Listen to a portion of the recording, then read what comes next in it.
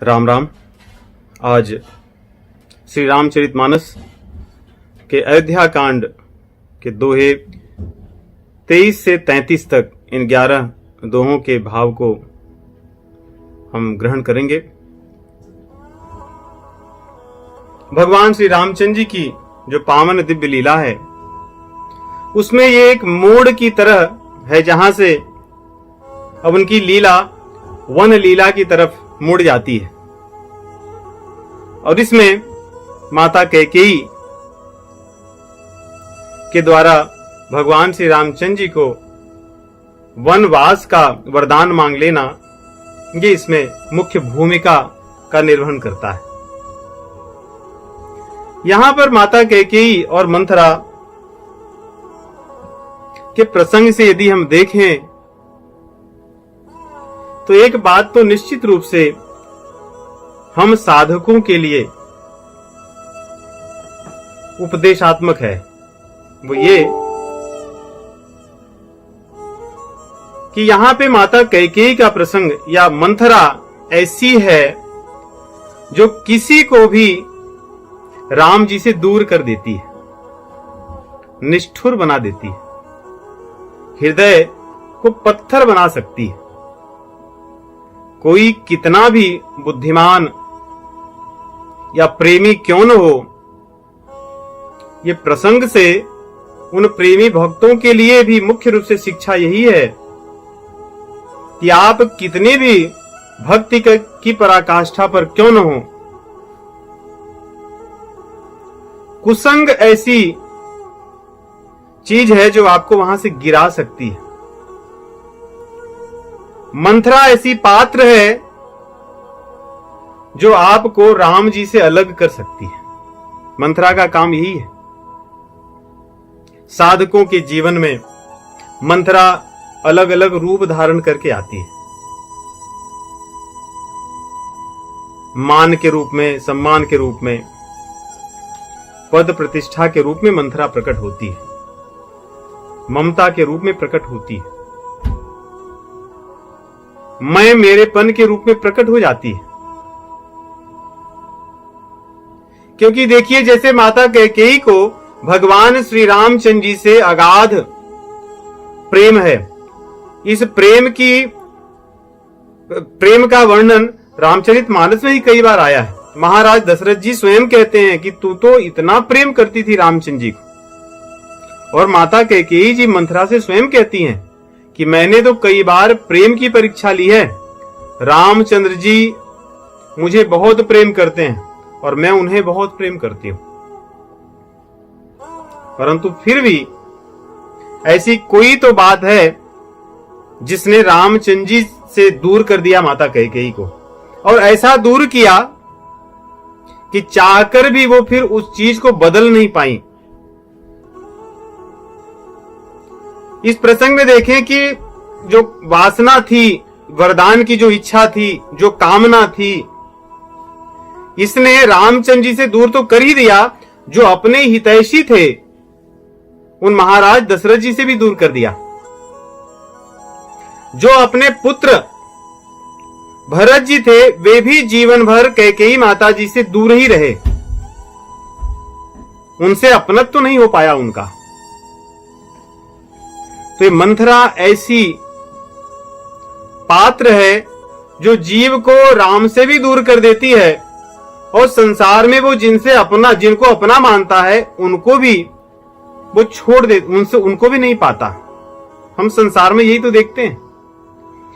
आदमी पूरा जीवन बिताता है अपने उन लोगों के लिए जो लोग उसको जीवन के अंत में वास्तव में छोड़ देते हैं,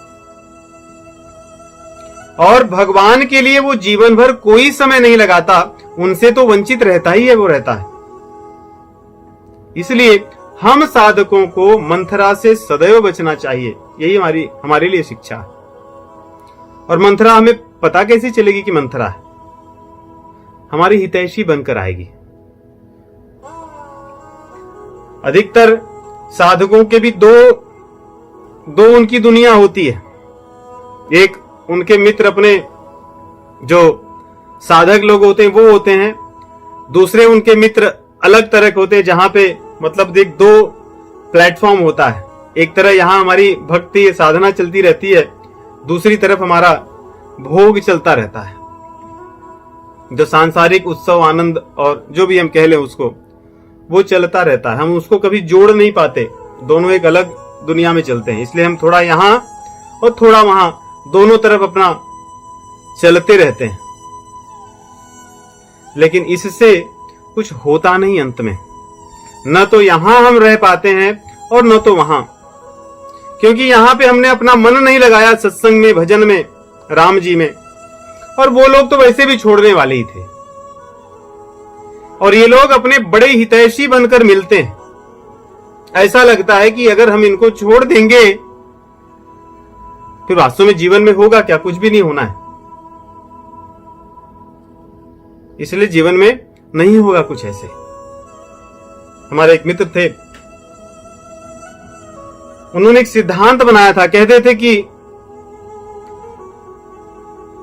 महीने में 2 बार वो अलग अलग तरह के पार्टियों में जाते हैं। कहते हैं महीने में मैं वैसे नहीं जाता हमेशा, लेकिन महीने में 2 बार ही जाता हूं, जिससे वहां पर भी मेरी सब चीजें चलती रहें। और महीने में जब वहां नहीं जाते तो यहां भी अपने सत्संग में भी मन लगाए रहते हैं। तो दोनों तरफ उनका आना जाना रहता है। क्यों? क्योंकि वहां पर भी बड़े हितैषी लोग रहते हैं हमारे। ऐसा लगता है कि हमारे लिए कितना सब करते हैं। जैसे माता कैकेयी जी को मंथरा कितनी हितैषी लगी। उन्होंने कहा कि हे मंथरा, तेरे कहने पर कह तो मैं कुएं में कूद पड़ूं, अपने पुत्र को त्याग दूं, पति को त्याग दूं, तू कहना क्या चाहती? कह, मैं सब कुछ कर दूंगी। अब सोचिए, कुएं में पड़ना अर्थात क्या? अपने आप को भवसागर में डाल लेना। इन मंथरा के कारण हम अपने आप को भवसागर में डाल देते हैं। कोई बात नहीं, होना है तो होगा, लेकिन हम तो ये मंथरा हमारी इतनी हितैषी कि हम इसको नहीं छोड़ सकते।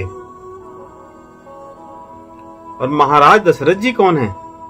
उनके जैसा हितैषी, उनके जैसा पति किसी को मिले उसका सौभाग्य क्या है? जिनके तप पर, जिनके धर्म धुरंधरता पे भगवान प्रकट हुए हैं। ऐसा जिसका पति हो, वो कह रही है कि मैं ऐसे पति को त्याग दूं, तू कह के तो देख। भरत जैसा पुत्र किसको मिलेगा? जग जप राम, राम जप जेही, भरत सरिस को राम सनेही। भरत जी के जैसा रामचंद्र जी का भक्त कौन होगा कि सारा संसार राम जी को जपता है, राम जी भरत को जपते हैं। ऐसे पुत्र के लिए कैकेयी माता जी कह रहे हैं कि मंथरा तू आज्ञा दे, क्या करना है, मैं छोड़ दूं अभी भरत को भी। ऐसी क्या थी मंथरा में बड़ी बात? बस अपनी कामनाएं और कुसंग। इसलिए इस बात को हम बड़ी गंभीरता से लें। ये रामायण हमें जीने की कला इसीलिए सिखाती है क्योंकि इसके एक एक प्रसंग में हमारे लिए तो भगवान ने लीला की है, हम साधकों के लिए, जिससे हम उससे सीखें और अपने जीवन में, अपनी साधना में उन्नति करें। तो आगे महाराज दशरथ जी किस प्रकार कैकेयी माता जी से मिलेंगे, किस प्रकार वो कोप भवन में उनसे वार्तालाप करती हैं, अपने वरदानों को मांगती हैं, उस कथा को हम देखते हैं। माता कैकेयी जी, यहां पे गोस्वामी जी लिखते हैं कि कुबड़ी को कहती हैं कि तू मेरी प्राण प्रिया है। अब तक महाराज दशरथ जी प्राण प्रिय थे, भगवान श्री रामचंद्र जी प्राण प्रिय थे, आज मंथरा प्राण प्रिया है माता कैकेयी। और कहती हैं कि तेरे जैसी विशाल और इतनी उदार बुद्धि वाली मैंने किसी और व्यक्ति को अभी तक नहीं देखा, जो इतनी उदार है कि मेरे भले के लिए इतना करती है।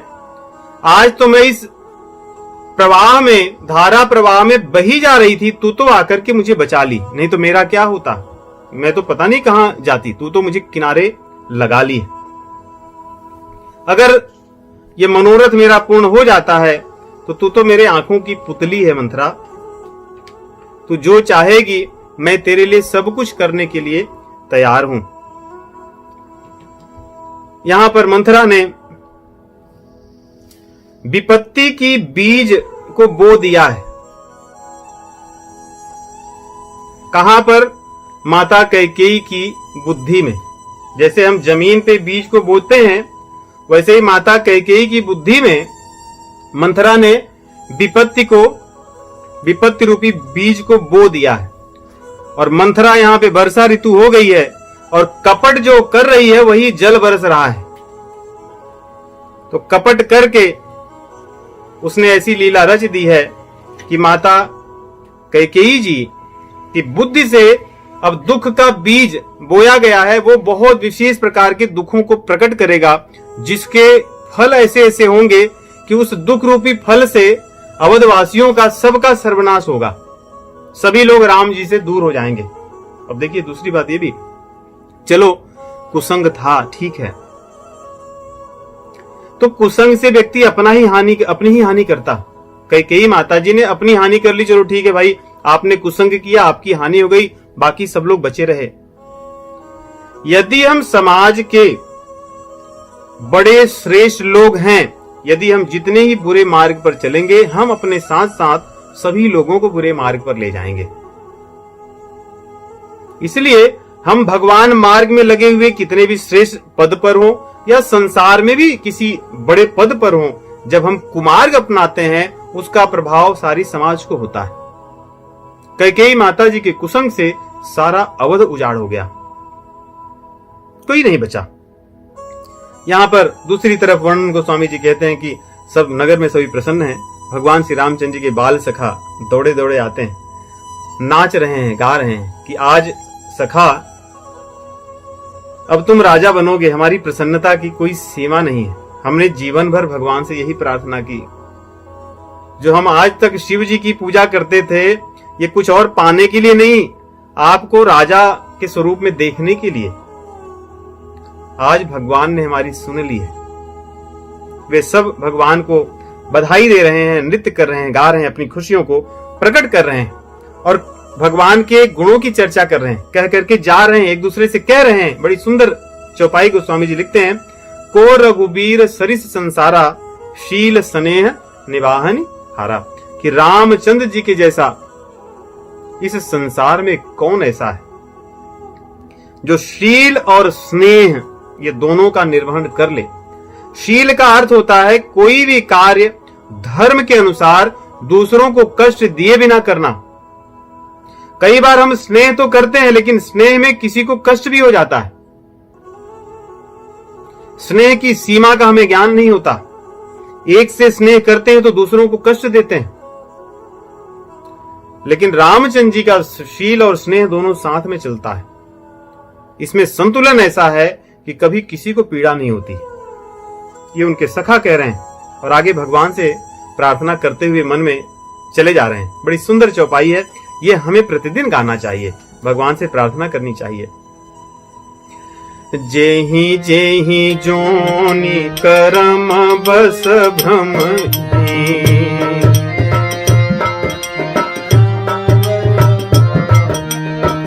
जेहि जेहि जोनि करम बस भ्रमहि,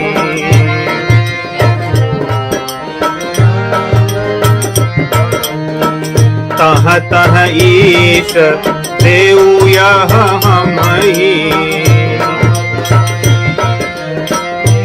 भगवान शिव जी से प्रार्थना करते हुए जा रहे हैं, हे ईश्वर, हे शिव जी, जिस भी योनि में मेरा जन्म हो मेरे कर्म के अनुसार, लेकिन आपसे एक चीज मांग रहे हैं, वो दीजिएगा।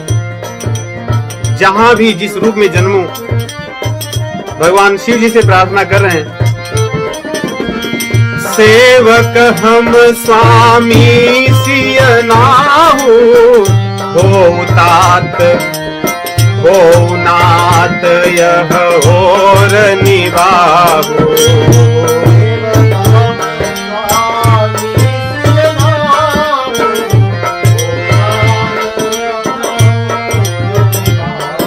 सेवक हम सेवक रहें और सियनाथ सीतानाथ मेरे स्वामी हो, और ये पूरे जीवन चलता रहे। देखिए इनकी मांग में कितनी सुंदरता है।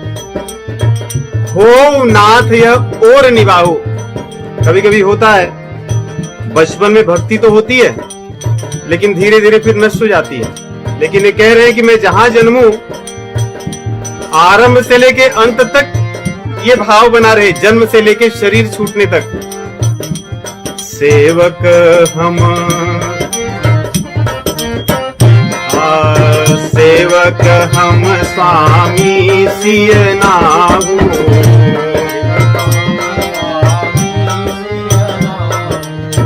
हो नाथ यह और निभाहु।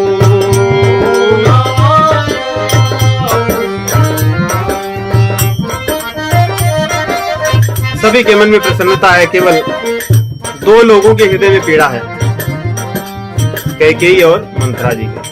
कैकेयी जी और मंथरा के, इन दोनों के हृदय में बड़ी पीड़ा है, बड़ी जलन है। गोस्वामी जी हमारे लिए लिख रहे हैं, हृदय में धारण कर ले इसको। को न कुसंगति पाई न साई, को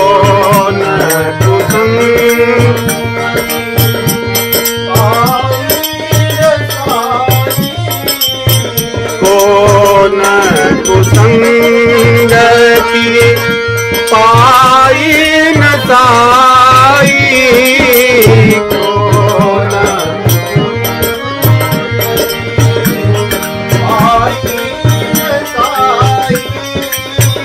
रहई न नीच मते चतुराई, रहई न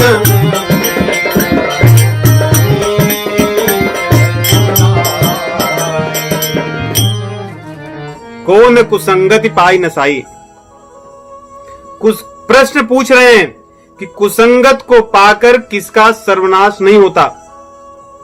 आगे कह रहे हैं, रहई न नीच मते चतुराई। नीच व्यक्ति के अनुसार चलने से कोई कितना भी चतुर क्यों न हो, वो कभी अपनी चतुराई को नहीं रख सकता, उसकी बुद्धि नष्ट होगी। तो इस प्रकार माता कैकेयी कोप भवन में है। महाराज दशरथ जी आते हैं और पूछते हैं, सब बताते हैं कि महारानी कोप भवन में है। कह रहे हैं कि महाराज ये स्नेह के प्रेम की मूर्ति हैं। महाराज दशरथ जी का स्वभाव जितना सरल और सुशील था, विनम्र था, ऐसा कहीं देखने सुनने को नहीं मिलता। उनके आप व्यवहार को देखिए, किस प्रकार किस भाव से गुरुदेव के पास जाते हैं।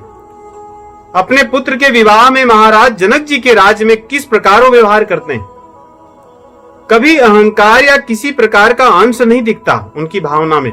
उनकी जब वाणी निकलती है, मधुर वाणी, तो सबको अपना बना लेती है।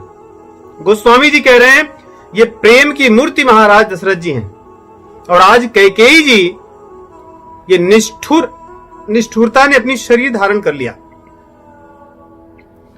इस प्रकार बन गई हैं।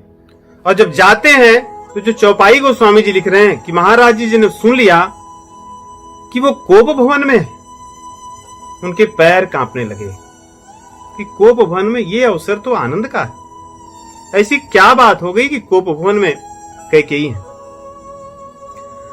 कोप भवन सुनी सकुचे वो राओ, कोप भवन सुनी कोप भवन सुनी सकुचे वो राओ।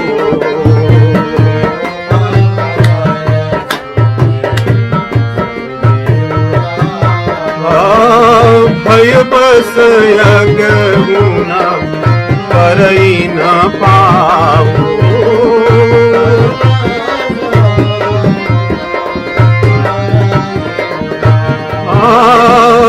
भय बस अगहुना करई न पाऊ।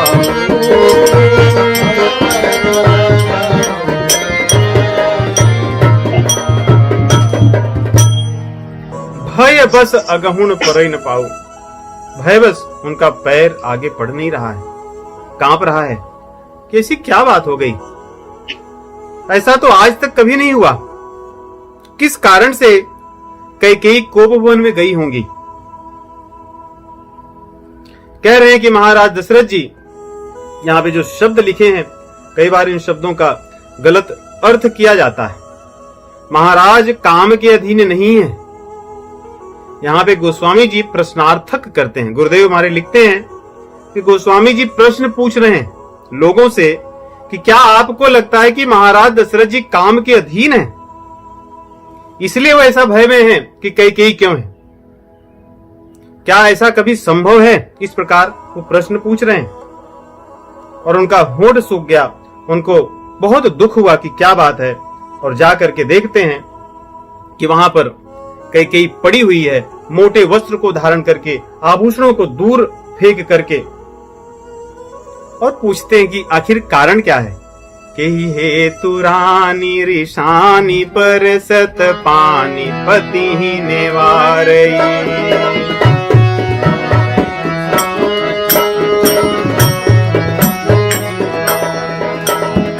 हे रानी, आप क्यों नाराज हैं? जब वो कह रहे हैं,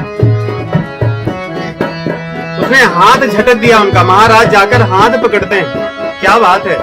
हाथ झटक कर फेंक दिया। कह रहे हैं जैसे कोई सर्प नाग क्रोध में फुफकार रहा हो काटने के लिए, उस प्रकार वो देख रही है कि मैं काट लूंगी। मानहु सरोष भुअंग धामिनी विषम भाति निहारई।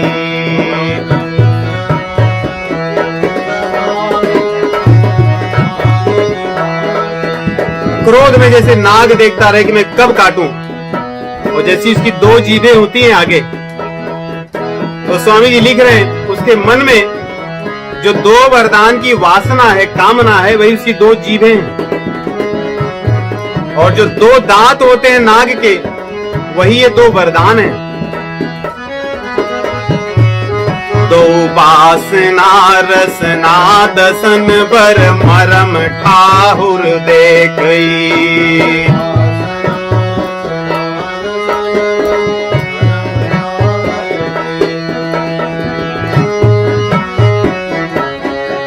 यहाँ पे भवतव्यता है, भावी है, होनहार है, विधि की ऐसी रचना है।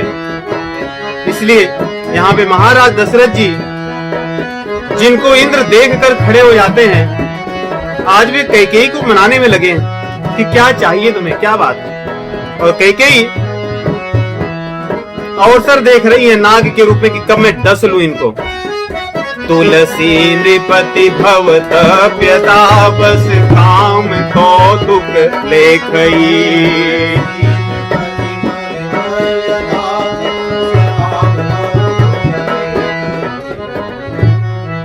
बार बार महाराज जी कह रहे हैं, जैसा कि कैकेयी का स्वभाव था।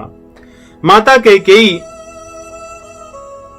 बड़ी ही मधुर बोलती थी, ये उनकी विशेषता थी। हमारे गुरुजी इस पर लिखते हैं, वैसे महाराज दशरथ जी के जो कई लोग कहते हैं देखो काम प्रताप बढ़ाई, गुरुजी ने इसके ऊपर पुस्तक लिखी है कि क्या महाराज दशरथ जी काम के अधीन हो सकते हैं क्या? जिन्होंने ऐसी भावना रखी है उनके लिए कहते हैं कि कैकेयी जी बहुत मधुर बोलती थी। क्यों? क्योंकि राम जी को बहुत प्रिय थी। वो इतना राम नाम लेती थी, इतना राम जी को प्रेम करती थी कि उनके एक एक अंग इतने मधुर हो गए थे वाणी सहित। महाराज जी कहते हैं, बार बार कहराऊ सुमुखी सुलोचनी पिक बचनी।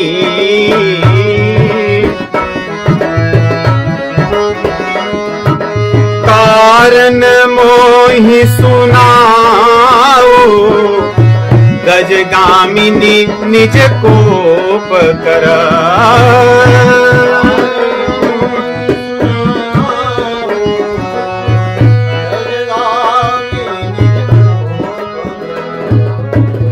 हे कोयल की तरह वचन वाली, हे सुंदरता की मूर्ति कैकेयी, कारण बताइए क्या बात है? किस देवता को मैं उसके पद से हटा दूं? सोचिए, ये कह रहे हैं कि क्या करना है। किस राजा को उसके राज्य से मैं वंचित कर दूं? किस शत्रु को दंड देना है? या कहां से तुम्हें क्या चाहिए। अर्थात कहते हैं कि देवलोक तक पाताल लोक तक क्या ऐसी वस्तु है, कौन से ऐसे देवता हैं जिनसे जो चीज चाहिए तुम मुझे जल्दी कहो, और अगर इस पृथ्वी लोक में कोई है तो उनकी क्या बात है, मैं क्षण भर में सब करूंगा, परंतु इस क्रोध को त्याग दो। और यह अवसर कुछ सामान्य नहीं है। और इतना कहते कहते जब कैकेयी कुछ भी नहीं बोलती हैं, ज्यों की त्यों बनी रहती हैं, तो महाराज कहते हैं कि तुम्हें मेरा स्वभाव नहीं पता, मैं कितना हितैषी हूं तुम्हारा, मैं कितने आप का ध्यान रखता हूं। कभी किसी चीज को मैंने ऐसे जो तुम्हारी इच्छा हुई हो मैंने न किया हो, ऐसा तो नहीं हुआ कभी। मेरे स्वभाव की तरफ तुम्हारा ध्यान क्यों नहीं जाता। बार बार उनको दुखी होकर के कह रहे हैं कि क्या तुम रामचंद्र जी को इतना प्रेम करती हो, तुम्हें ध्यान नहीं है, ये अवसर किस चीज का है, क्या कर रही हो। अभी तक उन्होंने बोला नहीं है कि रामचंद्र जी का राज्याभिषेक है। और आगे कह रहे हैं कि मैं जो कुछ तुम्हें कह रहा हूं कि मैं तुम्हारे लिए सब कुछ कर दूंगा, ये कोई तुम्हें फुसलाने के लिए नहीं कर रहा हूं।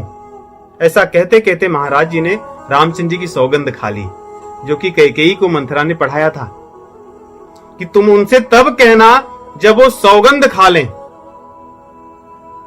देखिए यही भावी है। मंथरा जो चाहिए थी वही चीज यहां हो रही है। मंथरा ने कहा था कि उन्हें सौगंध दिला लेना फिर अपनी बात कहना, यहां महाराज स्वयं सौगंध खा लिए। कह रहे हैं जो कछु कहूं कपट करी तो ही,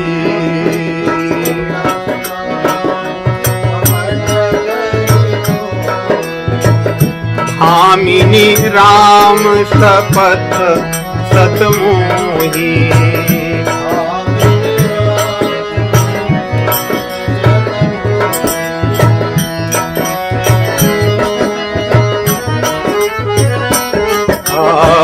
भामिनी राम शपथ सतमोही,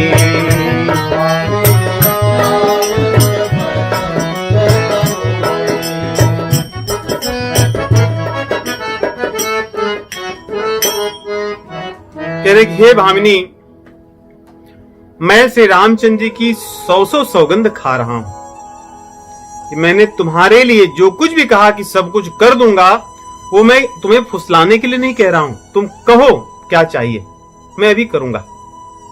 जैसे ही महाराज भगवान श्री रामचंद्र जी की सौगंध 100 सौगंध खाने की बात कहते हैं, त्यों ही कैकेयी के मन में कहते हैं कि प्रसन्नता की लहर दौड़ गई और बस वो प्रसन्न हो गई। वो सजने धजने लगी, अर्थात अपने जो आभूषण यहां वहां बिखरे थे, जो मोटे कपड़े पहन करके ऐसे ही बड़े ही कुबेश धारण करके लेटी थी, थोड़ा सजग होने लगी कि चलो ठीक है अब मैं बात करूंगी।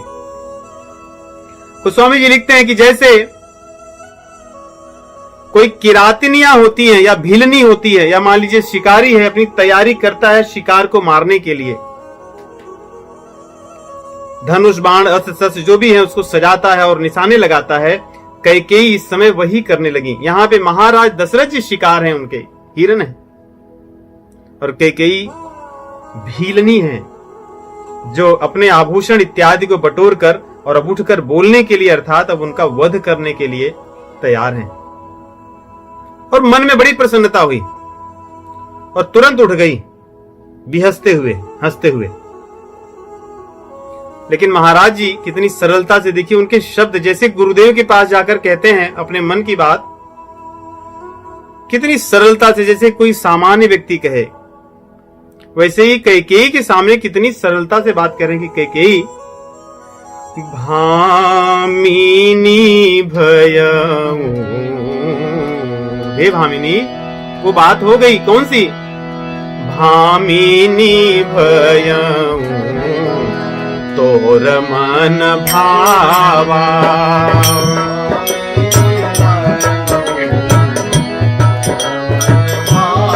हे भामिन, तेरे मन की सारी बातें हो गई, तुझे पता नहीं है। अच्छा है अब तुम उठ रही हो, सुनो।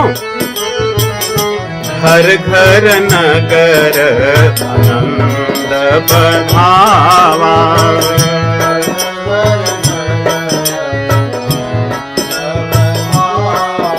सारे नगर में आनंद की बधाइयां बज रही हैं। तुम्हें एक मैं सुखद संदेश दे रहा हूं, सुनते ही तुम बहुत प्रसन्न हो जाओगी, तुम्हारा क्रोध नष्ट हो जाएगा। चलो उठो।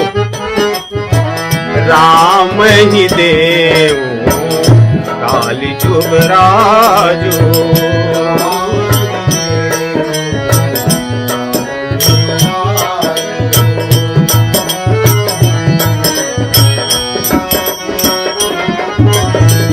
राम ही देव काल जुग राजो,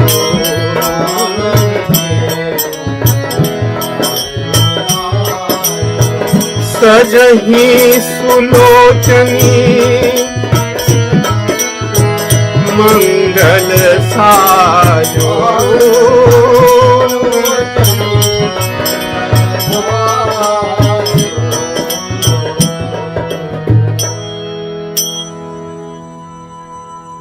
मैं कल रामचंद्र जी को युवराज पद पर उनका राज्याभिषेक करूंगा, इसलिए तुम उठकर सज जाओ, आभूषण पहन लो। अयोध्या में सभी आनंद मना रहे हैं, तुम्हें पता नहीं था, मैं तुम्हें बता रहा हूं। ऐसा सुनते ही सोचिए महाराज के मन में कैसी भावना है प्रेम की, और कैकेयी के मन में कैसी भावना है द्वेष की।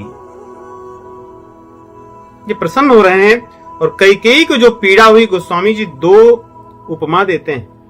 जैसे बरतोर हो जाए, जब कहीं पे रोम टूट जाते हैं, बरतोर हो जाता है, वो पीड़ा बड़ी भयंकर होती है, और जैसे ही छुआ जाता है आदमी सह नहीं पाता। कैकेयी को वैसी पीड़ा हुई, अचानक हुई। दूसरी पीड़ा कहते हैं अगर चोर कोई पकड़ा जाए और वो बहुत मार खाता रहे, अगर उसकी जो पत्नी है वो रोती नहीं है, प्रकट होकर के छिप कर रोती है, क्योंकि अगर वो प्रकट होकर के रो दे तो भी पकड़ी जाएगी और उसका पति सिद्ध हो जाएगा कि यही चोर है। तो यहां पे कैकेयी के मन में पीड़ा तो बहुत है राज्याभिषेक की बात सुनकर के, लेकिन बता नहीं रही कि मैं बहुत दुखी हूं। सामान्य रूप से अपना व्यवहार कर रही है, दुख को प्रकट नहीं कर रही है। और आगे चतुराई से जिस प्रकार मंथरा ने उसे शिक्षा दी थी, मंथरा, यहां गोस्वामी जी लिखते हैं कि मंथरा की वो शिष्या है, और मंथरा ने बहुत मेहनत करके अपनी शिष्या को पढ़ाया है। उसके गुरु बड़े महान हैं कैकेयी जी के। गोस्वामी जी लिख रहे हैं कोटि कुटिल मनि गुरु पढ़ाई। गुरु ने ऐसी शिक्षा दी है कि कैकेयी जी को सब ज्ञान हो गया है कि कैसे इन चीजों को छिपा कर रखना है। जिसके प्राण प्रिय भगवान श्री रामचंद्र जी का अभिषेक होने वाला है, ये बात को सुनकर जिसको दुख हुआ, सोचिए उसकी गुरु कितनी महान है, क्या शिक्षा दिया होगा। और अब वो कपट बढ़ा करके नारी चरित अर्थात आंसू ढारना, कुछ प्रसन्न होना, इस प्रकार होता है कई बार। गोस्वामी जी कहते हैं कि यहां पर उसने अपने नारी चरित्र का दुरुपयोग किया। माताओं बहनों में सहज सरलता होती है, नहीं, कई बार अचानक जस्ट ऐसे ही जो थोड़ी बहुत भी कुछ बात हो तो रोने लगते हैं, फिर कुछ मिनट बाद फिर सब सही हो जाता है, फिर कुछ बात होती फिर रोने लगते हैं, फिर सब सही हो जाता है। ऐसी भावनाएं कई बार देखे नहीं। कहीं कोई जाता रहे तो बहुत तुरंत रोने लगेंगे, फिर कुछ समय बाद फिर सामान्य हो जाता है, फिर ऐसी चीजें होती है। यहाँ पे कह रहे हैं कि कैकेयी ने अपनी ऐसी चीजें सब शुरू की, और महाराज दशरथ जी ने इस बात को भांप नहीं पाए। उन्होंने सोचा कि कैकेयी रो रही हैं, बिलख रही हैं, क्या बात, और बोलने लगे कि कैकेयी ऐसी क्या बात है।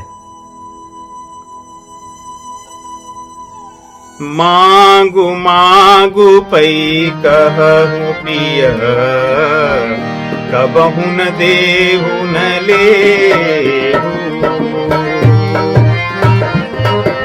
इतनी मधुर वाणी नहीं, जो महाराज जी ने इसको पिक वचनी कहा है, कोयल के वचन वाली, यहाँ पे बोल वैसे ही नहीं है। मांगू मांगू पै कहु पिय, कबहु न लेहु न देहु। हे प्रिय, ये पिया, बार बार कहते हो कि ले लो, जो चाहिए सो लो, लेकिन कभी मैंने देखा नहीं कि आप कुछ देते हैं, केवल कहते हो। आपकी बातें बड़ी मीठी हैं, बड़ी अच्छी हैं, लेकिन कुछ दिखता नहीं है। देन कहे वरदान दुई, तेऊ पावत संदेह।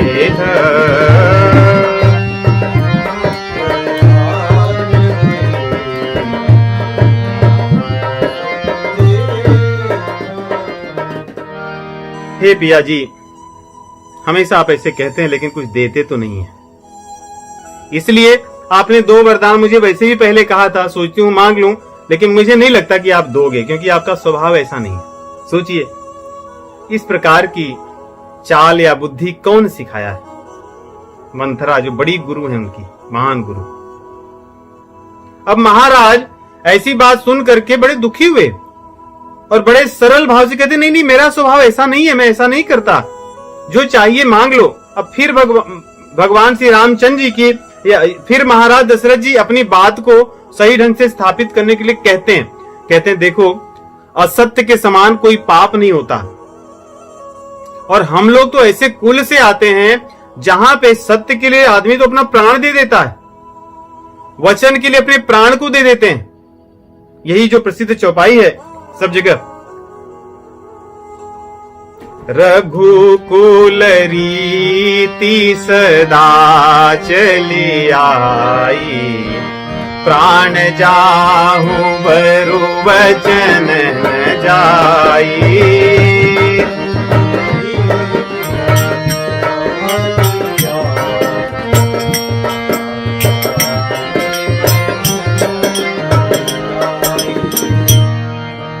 कहते हैं तो हमारे कुल की रीति है कि हम लोग वचन के लिए प्राण तक त्याग देते हैं। और दूसरा चीज, तुमने नहीं देखा कि मैंने रामचंद्र जी की शपथ खा ली? रामचंद्र जी के अधिक से अधिक प्रेमी मेरे लिए कोई है? मैं किसी और को रामचंद्र जी से अधिक स्नेह प्रेम करता हूं, तुम्हें तो पता है।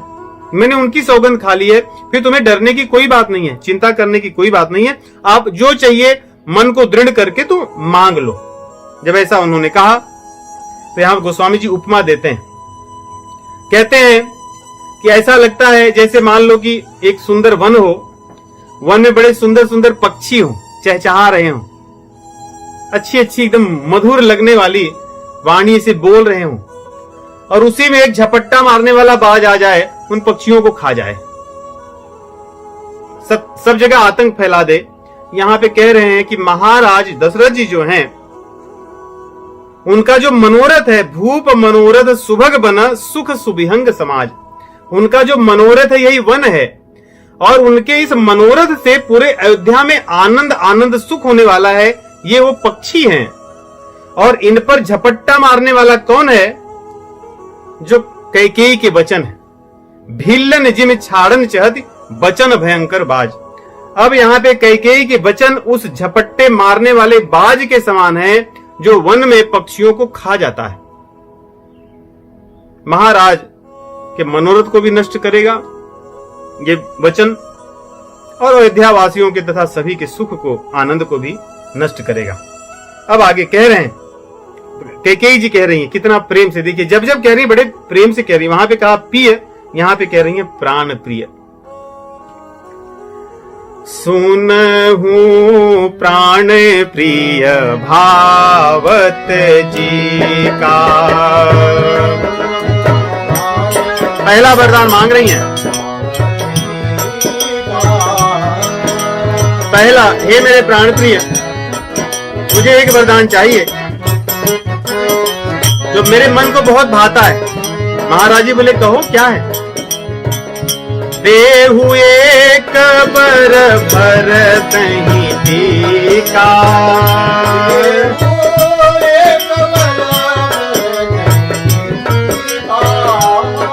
हे प्राण प्रिय महाराज जी, मेरे मन को बहाने वाला एक वरदान है, भरत का राज्याभिषेक हो। महाराज जी के पैरों तले धरती खिसक गई। ये क्या कह रही? इसके पहले को सहमते, अपने आप को संभालते, कैकेयी उससे भी आगे जाकर के हाथ जोड़कर बड़ी विनम्रता से दूसरा वरदान मांगने के लिए तैयार हो गई। मांगहूं दूसर बर कर जोरी, पुरवहु नाथ मनोरथ मोरी।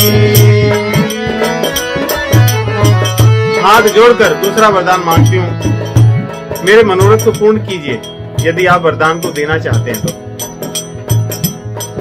यही महाराज जी के प्राण लेने वाले वचन हैं कैकेयी के। तापस देश विशेषी उदासी,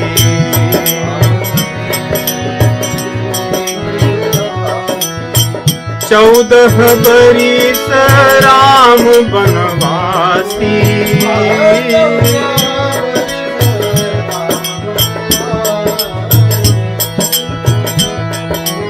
ये वचन सुनते ही महाराज जी की वही स्थिति हुई जैसे बाज पक्षी अपनी चोंच में बटेर को पकड़ ले, अर्थात उसके बचने का कोई भी उपाय नहीं। जब बाज अपनी चोंच में सांप तक को पकड़ता है, जहरीले और बड़े बड़े सांपों को पकड़ लेता है, तो वो बच नहीं पाते। और बटेर तो छोटा सा पक्षी होता है जो अगर वो चोंच में पकड़ लिया तो कोई संभावना नहीं है उसके बचने की। गोस्वामी जी उदाहरण दे रहे हैं कि महाराज दशरथ जी की स्थिति ऐसी हो गई, उनका हृदय शरीर कांप गया, पैर थर थर कांपने लगे, पूरा शरीर कंपित हो गया। शरीर की जो आभा थी, उनके चेहरे की आभा थी। महाराज के चेहरे की आभा ऐसी थी कि देवलोक के लोग भी देखकर उससे सिहाते थे, ऐसा तेज था उनके शरीर पे, उनके चेहरे पर। रघुवंश के ऐसे प्रतापी राजा, उनके चेहरे की जो आभा थी वो नष्ट हो गई, पीली हो गई, फीकी हो गई। बरन भयउ निपट नर पालो, कामिनी हने मनहु तरुतालो।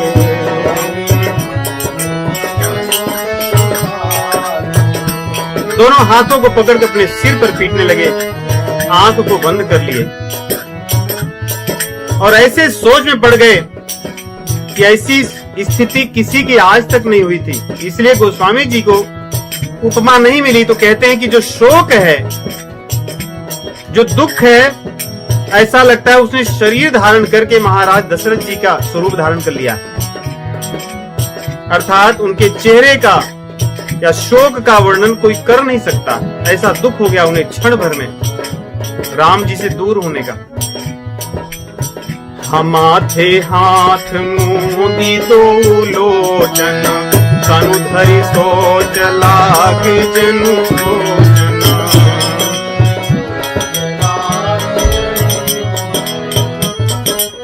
और कहने लगे वो कि आज तो मेरा सर्वस्व नष्ट हो गया। किसी के पास कल्प वृक्ष हो, वो कल्प वृक्ष बड़ा हो और उसमें पुष्प लगे, फल लगे, उसी समय हाथी आकर उनको नष्ट कर दे, उसके पास कुछ नहीं बचेगा। तब कह रहे हैं मेरी आज स्थिति ऐसी हो गई। मेरे कल्प वृक्ष है रामचंद्र जी, मैंने बड़े प्रेम से उनको पाला है, बड़ी आशाओं से मैंने उनको पाला है, तू अचानक उनको नष्ट क्यों कर रही है? उन्होंने तेरा क्या बिगाड़ा? हे कैकेयी, तेरे इस व्यवहार से मेरा ही नहीं पूरा अवध उजड़ गया। आज तूने इस वचन से पूरे अयोध्या में तूने दुख की नींव डाल दी है, इससे कैसे बचेंगे हम? आज से मेरा विश्वास सबसे उठ गया और सारी नारियों से उठ गया। सोचिए उनके दुख की सीमा कैसी है। जिस कैकेयी को इतना प्रेम करते थे, महाराज आज कैसे शब्द कह रहे हैं कैकेयी, आज से मैं किसी नारी पर विश्वास नहीं करूंगा। कवने अवसर का भयऊ,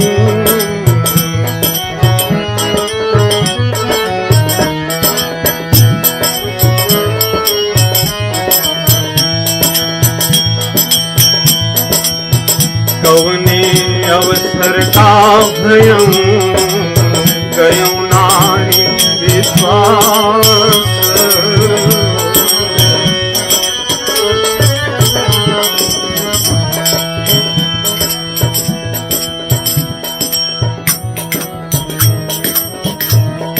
जैसे कोई योगी हो, उसने जीवन भर तपस्या की हो, जीवन भर उसने तपस्या की हो भगवान को पाने के लिए, अविद्या से अपने आप को दूर करने के लिए, परंतु जब समाधि का अवसर आए तो उसे कोई अविद्या में फंसा दे, अविद्या उसको ग्रसित कर ले, मोह, महामोह, अंधतामिश्र, तामिश्र, ये जो अविद्याएं हैं ये उसको ग्रसित कर ले। वैसे ही महाराज की स्थिति हुई। आज तो भगवान को राजा बनाकर मेरे जीवन का वास्तविक जो फल था वो मैं पाने वाला था। कैकेयी रूपी वरदान या वरदान रूपी जो हाथी है उसने नष्ट कर दिया, पूरे अयोध्या को उजाड़ दिया। अब मैं क्या करूंगा? जोग सिद्धि फल समय जिमी जति ही अविद्यानाश।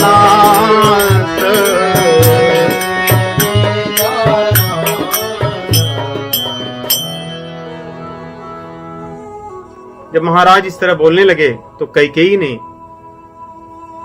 घाव पर, जरे पर नमक डालने लगी।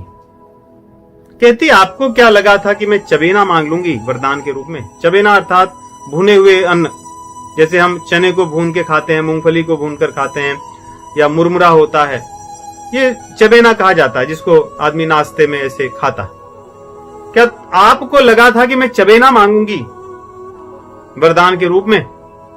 यदि आपको देना नहीं था तो पहले ही कह देते कि मैं नहीं दूंगा, मुझे तो पता ही था आप यही करने वाले हो। महाराज कुछ नहीं बोल पा रहे हैं, वो कहे जा रही हैं, कह रही कि क्या मैं आपकी पत्नी नहीं हूं? क्या मुझे आपने खरीद कर पैसे से ले आए? क्या भरत आपके पुत्र नहीं है? मुझे पता था आप ऐसे ही करोगे, क्योंकि आपके अंदर कपट है और राम की माता के अंदर कपट है। मैं ये चीजें अब जानती हूं। मंथरा ने मेरी आंखें खोल दी। ऐसा प्रकट रूप से उसने नहीं कहा, परंतु मन में यही भाव कि मंथरा ने मेरी आंखें खोल दी। ऐसा लग रहा है कि मैं खरीद कर लाई गई हूं। आप बड़े सत्यवादी बनते थे, कहां गया आपका सत्य? शिबी राजा का स्मरण कीजिए, जिन्होंने सत्य के लिए या शरणागत में आए हुए अपने जो कबूतर था, पक्षी, उसकी रक्षा के लिए अपने शरीर के मांस को देने लगे, अपने तन को देने लगे। दधीची ऋषि की बात देखिए, उन्होंने कहने पर दूसरों की रक्षा के लिए अपने शरीर को दे दिया। आप कौन से सत्य की बात कर रहे हैं? महाराज बलि जो दैत्य कुल के थे, आप तो रघुवंशी हैं।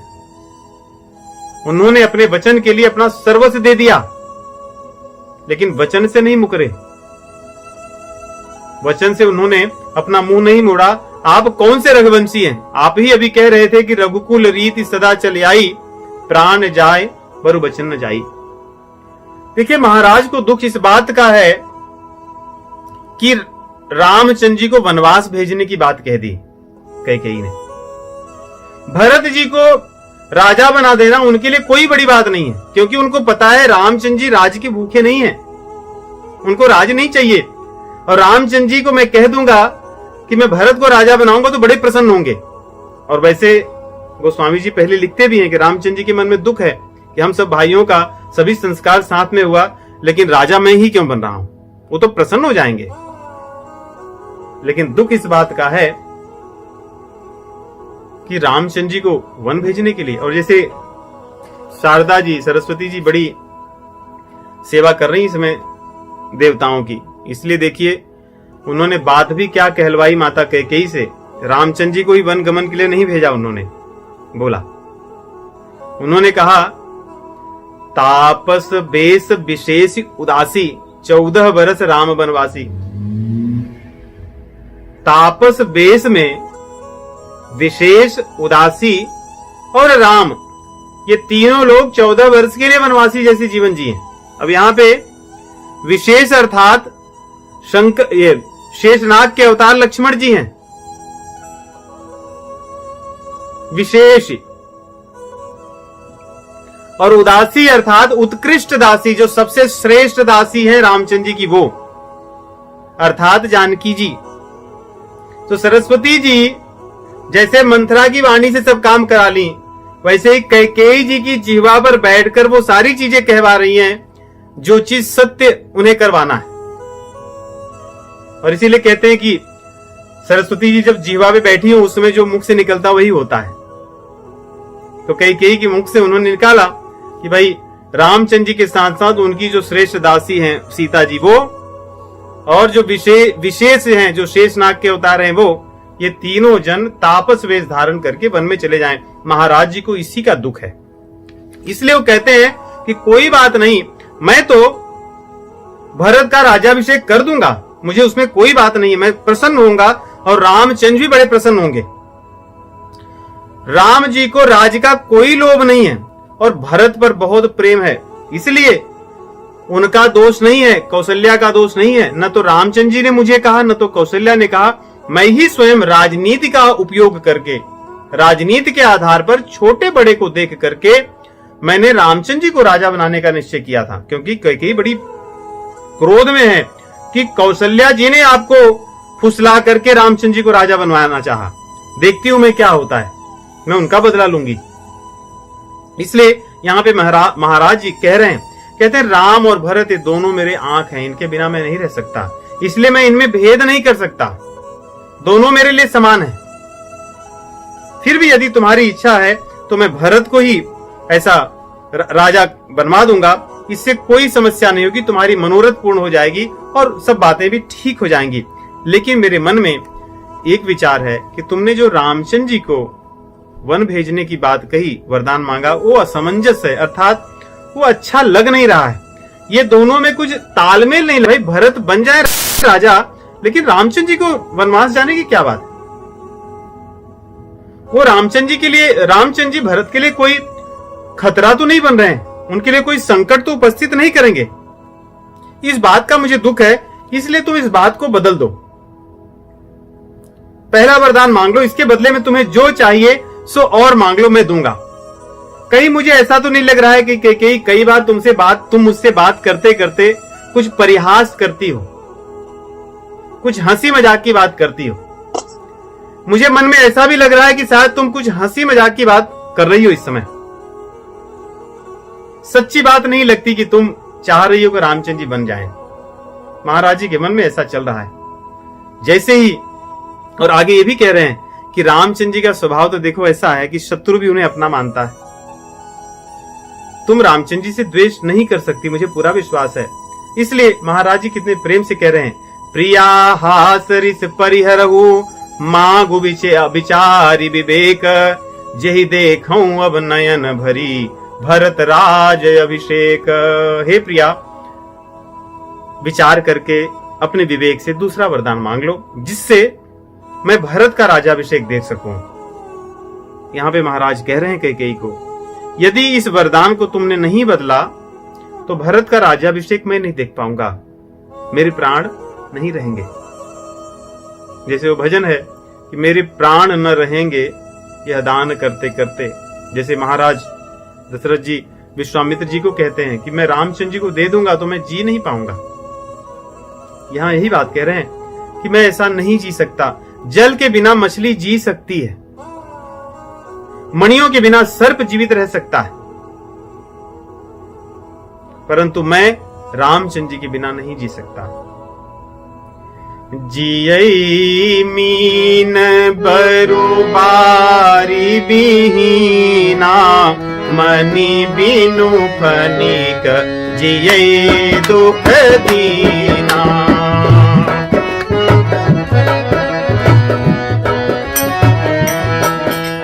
कहूँ सुभाव न छल मन माही, जीवन मोर राम बिनु नाही। हे प्रिय, मेरा जीवन राम के बिना संभव नहीं है। मछली भले जल के बिना जी ले, मैं नहीं जी पाऊंगा रामचंद्र जी के बिना। इसलिए समुझी देखो जिया प्रिया प्रवीणा, जीवन राम दरस आधीना। तुम्हें तो पता है राम जी के बिना मैं नहीं जी सकता, क्या तुम नहीं जानती हो? इसलिए मेरे स्वभाव का स्मरण करो कि मैं क्षण भर भी रामचंद्र से दूर नहीं हो पाता, इसलिए मेरे प्राण चले जाएंगे। तुम विवेक से फिर से दूसरा वरदान मांग लो, मैं दे दूंगा। कैकेयी कितने कटु शब्द कहती है। महाराज इतनी विनती कर रहे हैं, वो कह रही है यहाँ आपकी माया नहीं चलेगी, यहाँ आपकी चालाकी नहीं चलेगी, आपकी कपट मेरे सामने टिक नहीं सकते, मैं उनको नहीं सुनना चाहती। आपने मेरे साथ बहुत ऐसे छल किए हैं आज तक, मैं अब तक सहती आई, परंतु अब नहीं सहूंगी। मुझे तुम्हारा प्रपंच नहीं अच्छा लगता। तुम्हारे लिए कौशल्या अच्छी होंगी, तुम्हारे लिए राम अच्छे होंगे, लेकिन मैं अब इन लोगों को जान चुकी हूं कैसे। राम साधु तुम साधु सयाने, राम मातु भली सब पहिचाने।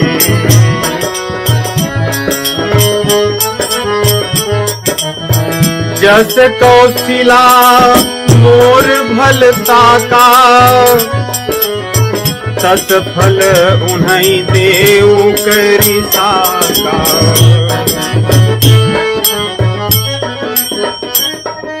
कौशिला ने मेरे लिए जैसी व्यवस्था की है, मैं उनका बदला वैसे ही लूंगी, उनको वही फल दूंगी जो मुझे देना चाहती हैं। यदि मेरे वचन आपको अच्छे नहीं लगते, मेरा मांगा हुआ वरदान आपको अच्छा नहीं लगता, कोई बात नहीं, कल सुबह तक मैं जीवित नहीं रहूंगी। यदि आप मेरे वरदान को नहीं माने तो मैं अपने प्राण को त्याग दूंगी।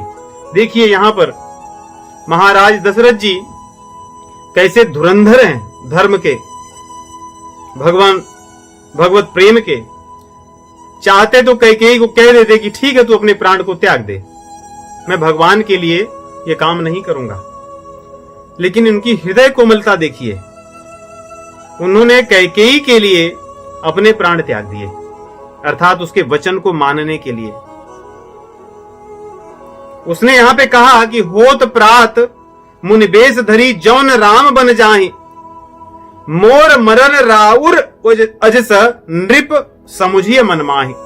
सुबह अगर रामचंद्र जी नहीं गए तो मेरी मृत्यु होगी और आपका अपयश होगा। कह देते कि हां ठीक है तू मर जा, मैं नहीं कहूंगा, परंतु उन्होंने धर्म के लिए, भगवान के लिए और उस 2 वरदानों को पूर्ण करने के लिए अपने प्राणों को त्याग देते हैं। आगे की कथा अगले सप्ताह। राम राम।